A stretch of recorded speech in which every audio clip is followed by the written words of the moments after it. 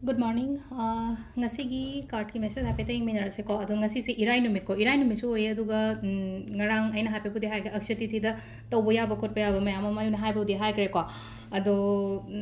keno akhoi gi ngarang aina hape pudi palle ko hadi sana gumba lepa ngamaga di lepi ba sana machet ama katang machet ama hadi chaning ama oigera chaning tangkhai oigera ko natraga hadi sana keno to bangam de nang khale chandi gumba kai gumba arang ba por ama kai ama lepi ba yai ko ado ngasi se sum leiba phaba pot ngai se ko aina ngarang hai budi hai ko likon gumba kai gumba adumba leisan bada phai ba don likon hapa ga aina thammon hai bane bazar du da ado sai likon yaudrodi ko trai likon se dum polak ta kai da phangani ko market hel da kai da phangani alain to ga dum leibi ge su ga su ga te ko hai lupa tang tang abada lupa kani piece amada lupa kun kun thra ga piram gadra adugi rate adugi chang da le ramgani ko adu na yara ga di leibi yo si leiba se phaba gi da mak ta ni ko hadi amta leite kamain to ba hang pa ya ko hadi leiba hadi kaithen phawbadang laaga aduduma tawraga tawbiro hadi upai shoi leitragadi hadi haptabida dum tawro ko upai le ko aduduma tawba yare aduga timing doina haiba budi haire ngarang pung ani makhai gi matungda leiba sigi sum pot leiba se ko hadi sana gumba loge khotke haina haragadi pung ani makhai gumba matungda gaida dumaina tawbibe ai ko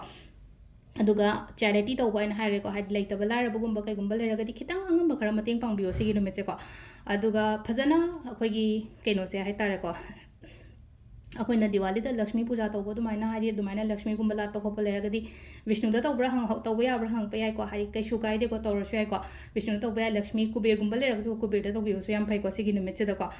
अदो ngsaigi akshay haragadi hadi loiba naidaba haibane ba loiba naidaba haragadi kamaina no hagada koina sana leiba matamda sana se gi values ti sunga amang dena hadi atopa pot ki mamandi handare sana de dong wang khale do hadi loiba naida na ba pot tu gi damakta aduna in sana gumba mache dama kai magumba lepo sumaina to kholo haibna chingba aduna ching adu mayam do ni ai ngarang hai petang tak chagi bodo aduga ngasi gi oina ko hadi matam so hape di ngasi ko like rumba ko pagi matam ama su leire aduga card ki message su yengase timing su yengase adu ngasi irai obani irai gi number ti number 71 leire ko aduga color dana sky blue gumba kai gumba do minus hin abi ba yare do koi first ko hadi 3 cards katang tho se ko card number 1 2 3 ko aduga timing of so hape haijara age mayam da ngasi gi oina hadi timing of se kai kai lege ha ko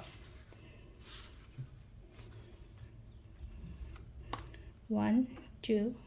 3 ko card home se le ko hadi first card second card third card ko hadi first khan bang yenga se ko first card se ko ai ngon da ko ngasi se ko tauge kai na khan ba pole ga di chatlo hadi ai isa si da kai no ma khalla ga le ai se pang tho ke khot ke kai na sum khanja na ga le ba ko pole ga di chatlo adugi poto chatpa matam da ai ngon da kana gani ko ai ngon da kana bala kani afaba kani dumai taro ko adu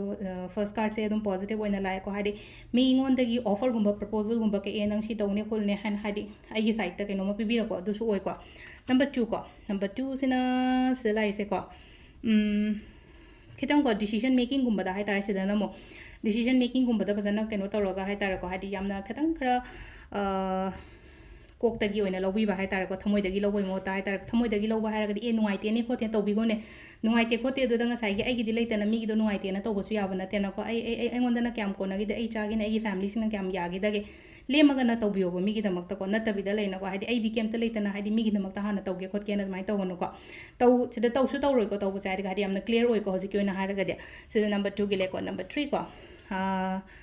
number 3 sina ko haji loina mak thado ga chatning bagi type tam taw ko chat kano se je amuk tang ga try taw ko aina thaba ingkhang tawri bo ko liba mayam se amuk tang ga try taw ko loina hundo ga loina mai lai tho ga cha had disappointed oy ko katang hadi aina ning ba ko to thung da ba ko to dum mayam na thaw wakhan nuai ta ba di ai ko atara ga su hundo ga lai tho ga chat ka da ba na keno nate ko punsi nate ko adu na haidi face to adu gi pot mayam do aduga timings ne ki pung mari ga minute kuntram do dena mapan ga minute kuntram ma thoi phom le ko ayuk na ade trama thoi ga minute trama thoi dena baro ga minute yang khai phom le degi mari ga minute mapan deina pung manga ga minute ni fu mapan phom le degi nipan makhai degi na nungdang gi no nipan makhai dena mapan ga minute yang khai phom le degi nungdang a theng mena trama thoi ga minute tara deina next day no alam dai gi pung ahum ga minute trying thoi phom le ko se sina koi gi ngasi gi oina afaba timing adu se le re koi gi daily card messages so ma'am thank you